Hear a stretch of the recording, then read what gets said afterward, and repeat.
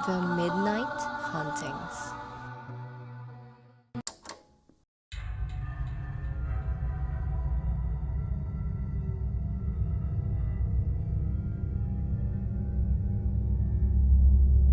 Magandang araw mga ka-midnight.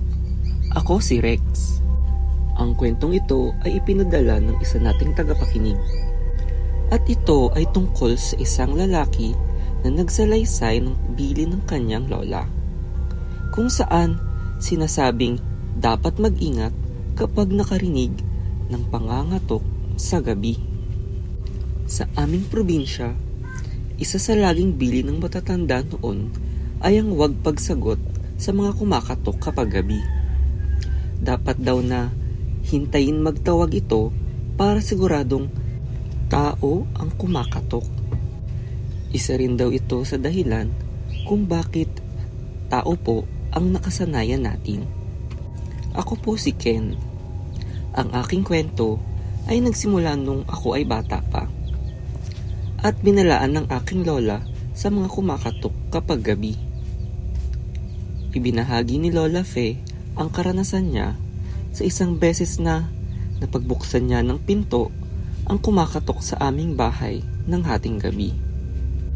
Ikwinento niya sa akin iyon dahil lagi akong nagpapagabi makipaglaro sa mga bata sa labas at madalas na nangangatok lang ako kapag ako ay uuwi na. Sinabihan niya akong laging magtawag sa loob ng bahay at wag na din masyadong magpagabi sa labas. Pinatawag na kaming magpipinsan para ibahagi ang kanyang kwento. Nangyari daw iyon nung mga bata pa ang mga magulang namin. Nagtatrabaho si Lolo ng gabi at naiwan mag-isa si Lola Fe habang nag-aalaga ng mga anak nila. Nung maghahating gabi na, nag-aalala na si Lola Fe dahil hindi pa daw nakakauwi si Lolo. Wala pang mga telepono ng mga panahon na yun, kaya walang magawa si Lola kung hindi mag-abang lang. Nakaidlip na daw siya kakaintay hanggang sa magising siya sa isang ingay. Mabigla daw siya at naalimpungatan sa kumakatok sa pintuan nila.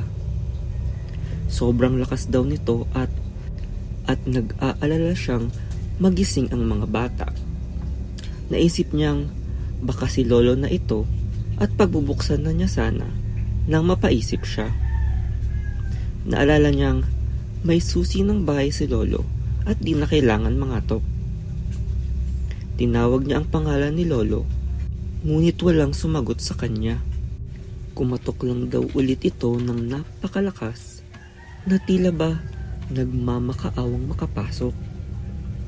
Natatakot na daw si Lola nun, pero naisip na baka raw kasi lasing lang si Lolo at nagagalit na kaya binuksan na niya ang pinto. Tumambad sa kanyang harapan ang imahe ng isang kaluluwang nakalutang. Napasigaw daw siya sa takot at agad na sinara ang pinto para magkulong sa kwarto kasama ang mga anak niya. Kinabukasan ng umaga, umuwi si Lolo at nagsabing nakitulog muna sa mga kainuman niya. Takot na takot ako sa kwento ni Lola na yun at hindi na nagpapagabi pa ulit. Nung tumanda ako ay naisip kong baka panakot lang sa akin ni Lola yun, ngunit tinutuloy ko pa din ang nakasanayan kong magtawag imbis na kumatok lang kapag ako ay umuwi ng gabi. Ngayong may pamilya na ako, ay hindi ko inaasahang mararanasan ko din pala ang nangyari kay Lola. Hindi ko din kasi naikwento sa aking anak ang nangyari kay Lola Fe. Kaya siya mismo ang nakapagbukas ng pinto sa nangangatok bago ko pa siya mapigilan.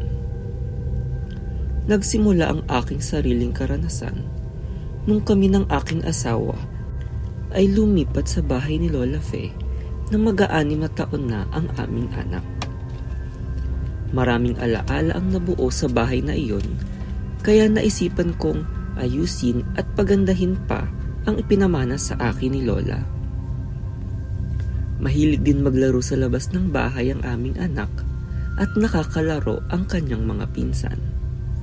Kapag umuwi siya, ay nagtataka siya kung bakit ayaw magpagabi ng kanyang mga pinsan sa labas. Naisip kong wag na siyang takutin gaya ng pananakot sa amin dati. Isang gabi, nagpaalam ang aking pinsan na susubukan daw dumalaw nito sa aming bahay. May iaabot daw itong pagkain dahil nagluto siya ng sobra at gusto niyang magbigay sa amin.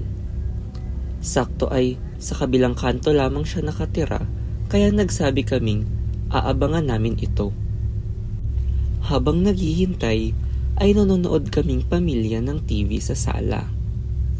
Maya-maya ay naglaro muna sa aking cellphone ng aking anak. Hindi ko namalayan na may nag-text na pala dito na hindi na makakadaan ng aking pinsan. Napatigil ang panonood namin nang makarinig kami ng katok. Napakalakas ng katok nito at napahinto kaming mag-asawa.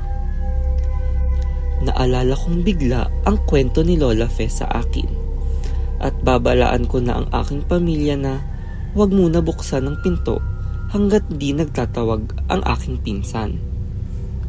Hindi ko na napigilan ng aking anak nang buksan niya ang pinto. Nang magsasabi na ako, ay dahan-dahan nang nabuksan ng aking anak at tumambad sa aming harapan ang itsura ng isang kaluluwa na tila ba umiiyak at humihingi ng tulong. Agad akong tumakbo papalapit sa pinto para isara ito at ilayo ang aking anak. Iyak ng iyak ang aking anak at nanginginig kami sa takot ng aking asawa sa aming nakita. Halos hindi kami makatulog buong gabi at nang ikwento namin ito sa aking mga pinsan ay naranasan na din daw nila ito. Halos lahat daw kami ay nalabag na ang bilin ni Lola. Ang sabi ng aking mga pinsan ay magsindi ng kandila gabi-gabi para ipagdasal ang kaluluwa ng mga nangangatok. Simula ng aming gawin iyon ay hindi na kami dinalaw pa ng nangangatok na kaluluwa kapag gabi na. Sinigurado ko ding natuto na ang aking anak.